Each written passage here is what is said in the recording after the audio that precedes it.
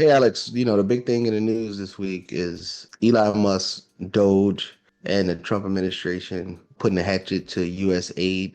USAID is a function of the government that do a multitude of things outside the country and third world countries. I can go look up their prospectus, and that's what I'll do.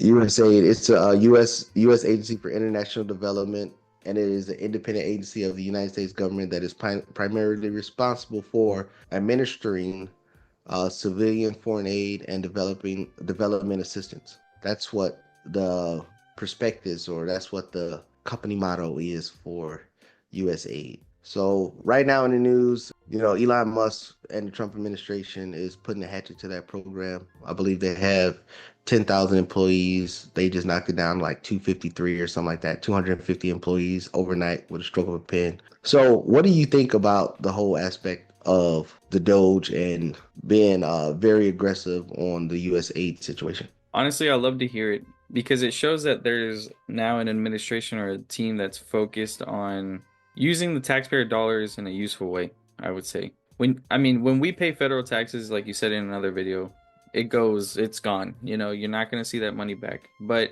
if we can at least know that it's going back into something that will come back to the US and not going to foreign affairs that have nothing to do with us, then at least that's an easier thing to accept than just something like they cut $50 million in sending condoms to Gaza. Like that, what is the point of that?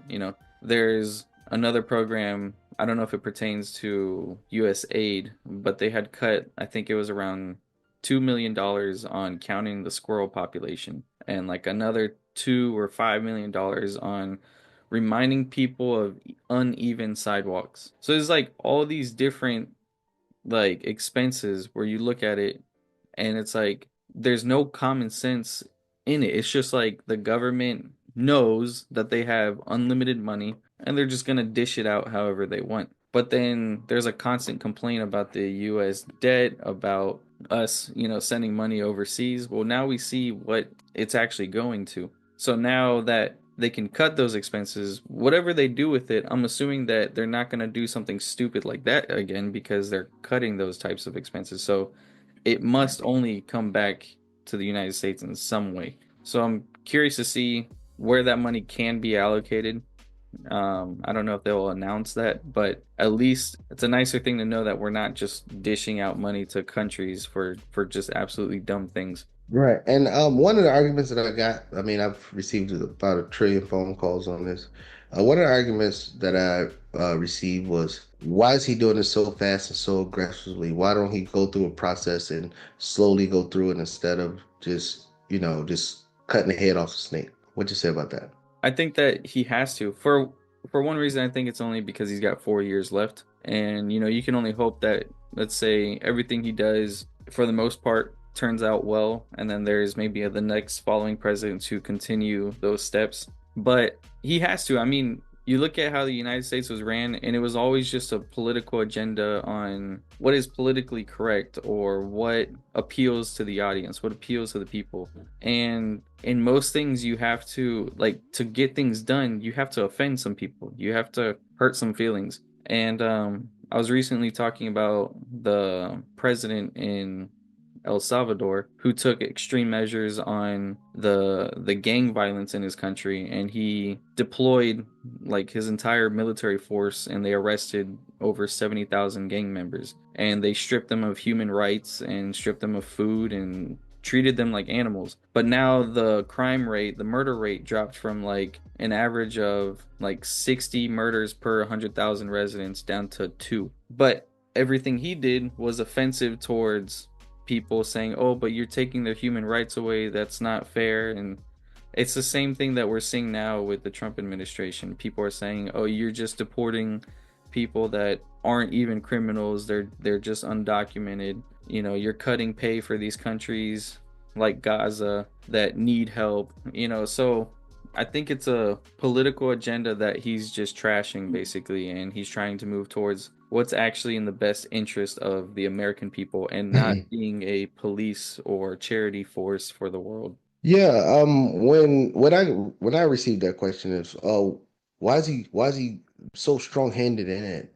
Well, I mentioned he got 4 years, but I looked at it similar to, and I know people gonna say, well, it's not like buying a business, but I look at it to buying a business. If you buy a business that's already functional, you want to go in and see the inefficiency in the business, see where you can save money, where you can cut money. That's what I do every time.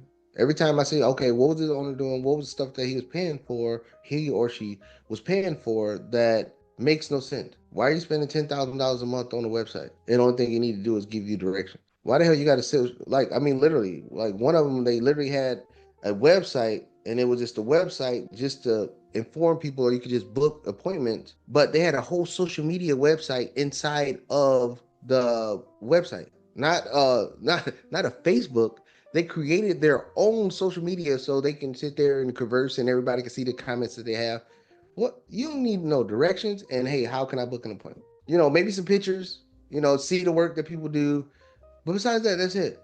But why are you spending $10,000 on that? Yeah. So that cut immediately. It wasn't no, and I called the host of the server, and I was like, "I'll cut it." And he was, oh no, you need this. No, no, I don't. Cut instantly. Instantly, get my money back. But those are the things that you have to do, Yeah. because understand, these people are selling businesses for a reason. And I'm still sticking on the business thing. They're selling business for a reason. One, they haven't had the efficiencies, or they didn't put the things in place where they run themselves where they don't have to be there to do it. Two, the money that they're making, they can't retire off of that money.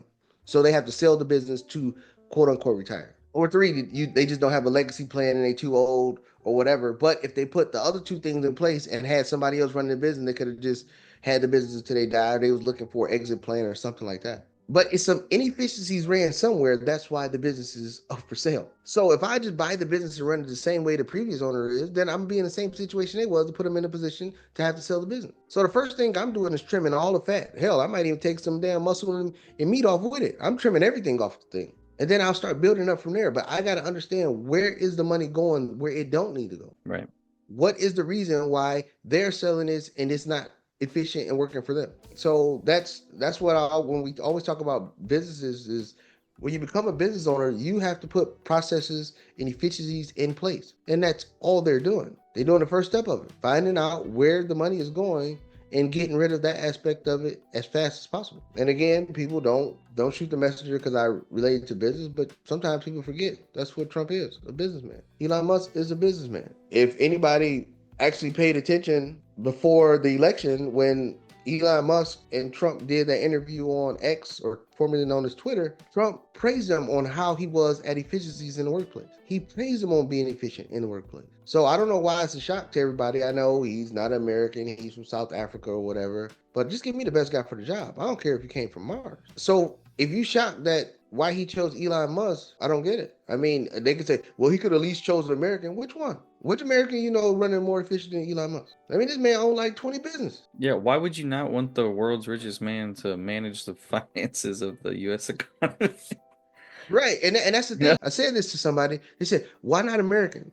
Why not just hire a guy to do it? I said, first off, you need somebody that cannot be manipulated. You need somebody that can go to an agency and they can't be like, hey, I'll just give you $1 million if you look the other way. $1 million ain't gonna do nothing to him. Understand why the choice was the choice. When you can't be compromised by money, then it gets you focused on a lot of other things. So now just imagine if he would have got some congressman that made $170,000, like, yeah, go look for the inefficiencies in DOGE. I mean, not in DOGE, in USAID. We find out something 20 years later. I took off $20,000 off their budget. That's what they're saying. They ain't gonna do nothing, because hint, people, it's already been Americans and politicians who had eyes on USAID already, and they never found any efficiencies. They just let them just run amok. So the whole notion of, oh, he's not American, oh, why you got to use him? It's a reason why. He can't be coerced with money, and that's what they do. They just give people kickbacks, and then, oh, we looked the other way. We looked the other way. That's why you have it. But people need to, again, study history, understand the why. Forget Elon Musk being the richest man in the world. Look at what he did to other companies to make them efficient.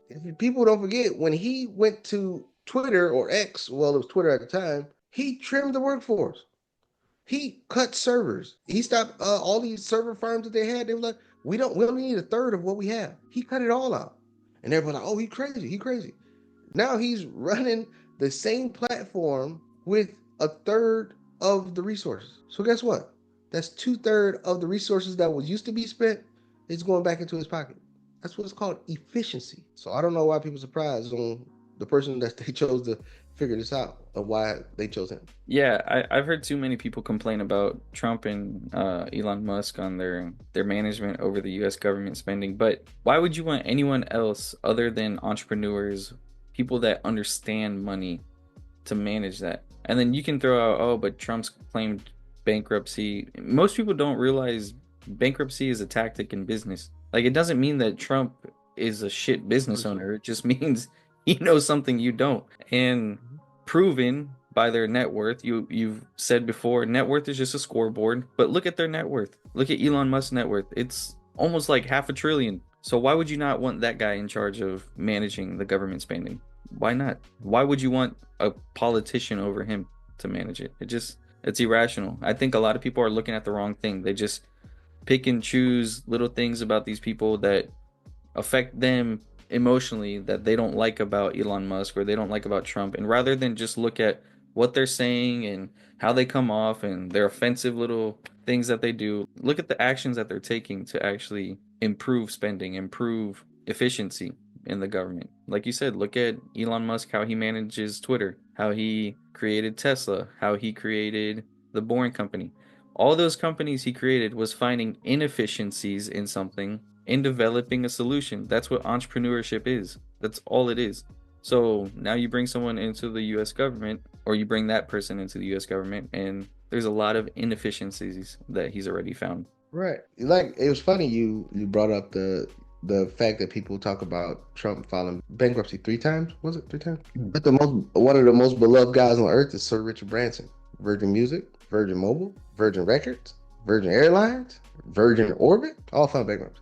Like you said, it's a tactic in business.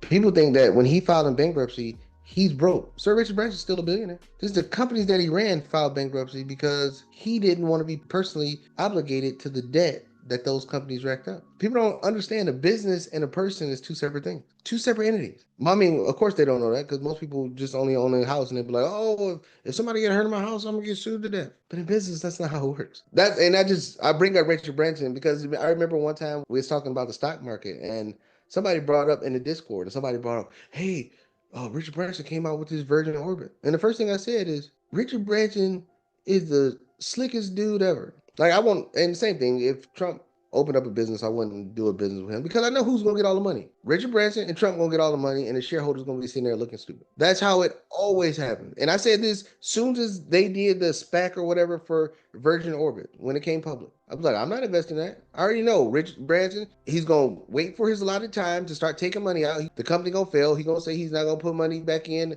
to help the company, and this is going to file for bankruptcy. April 2023. That's what happened. We talked about this in 2020. People got a track record of this. That's why I won't go into DJT or whatever Donald Trump's media company is. I ain't buying no Trump coins. When it goes to kaput, I know they're going to walk away with money. But the shareholders, the equity holders, they're going to be sitting there holding it back.